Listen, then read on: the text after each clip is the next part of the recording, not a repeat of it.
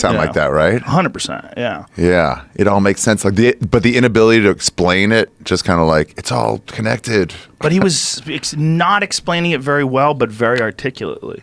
Like he was using, it wasn't like nonsense talk. Right. He was like, oh, this is like shockingly coherent for a ridiculous thing to say.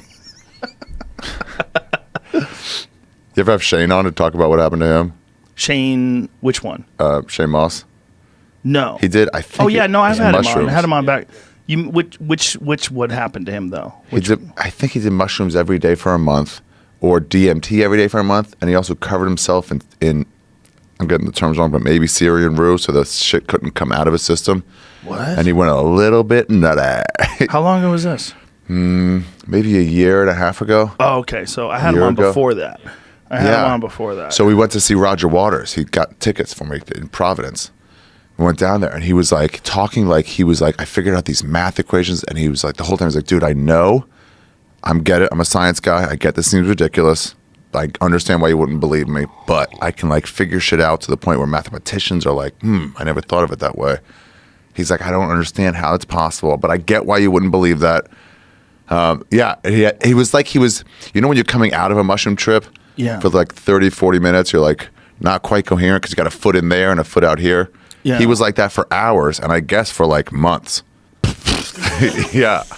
He was just in a constant state of coming out of a mushroom trip. I did DMT 3 times in a day. Wow. And the third time, it was a really strong one. And it fucked me up for a while. I don't remember how long afterwards, but this was during the Fear Factor days. But I remember reality, the way I described it, the reality was very slippery. Yeah. Very slippery. Like, I kept thinking that cars were going to fly over the incoming lane and crash into my car and kill me. Oh, real slippery. Yeah, I kept thinking, like, be really careful. But then I realized that what that is like my ego trying to protect me by making me aware of imminent threats and trying to reestablish its position as in the chain of command. Because like one of the things about really extreme psychedelic experiences that they dissolve the ego to the point where you realize like you don't really matter. Like you're a part of some crazy system, and the only reason why you think you really matter is because your biology wants to stay alive, because there's these inherent existential threats to your existence that have always existed throughout time. And you know, ultimately though, it doesn't matter because you're just going to live and die and probably live again and die again, and this is like this never-ending cycle. Yeah, and you're part of some. One of those guys said anytime you're like fighting it, like you're just like, it just means you haven't taken it enough. I think that was like Terrence McKenna or one of those guys was like, you just have to take more and then you can't fight it. Right, and you're right. just gone, you know? Yeah, but I was fucked up for a while. Really? But I was functional. I was real nervous and weirded out by things. How long? How long? Weeks, maybe months. Why'd you do it 3 times in a day? Were you trying to do that on purpose, or were you just I did like bored? it. The first time was light.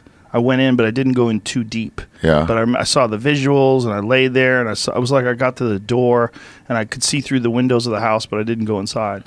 The second time, it just like opened up a fucking vortex and sucked me through to the center of the universe.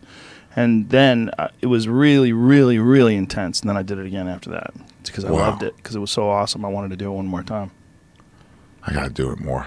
I guess They not make for a those month. vape pens. Yeah. That's what we should do on November 1st. Vape pens. Yeah, we should do DMT. In the morning? Here.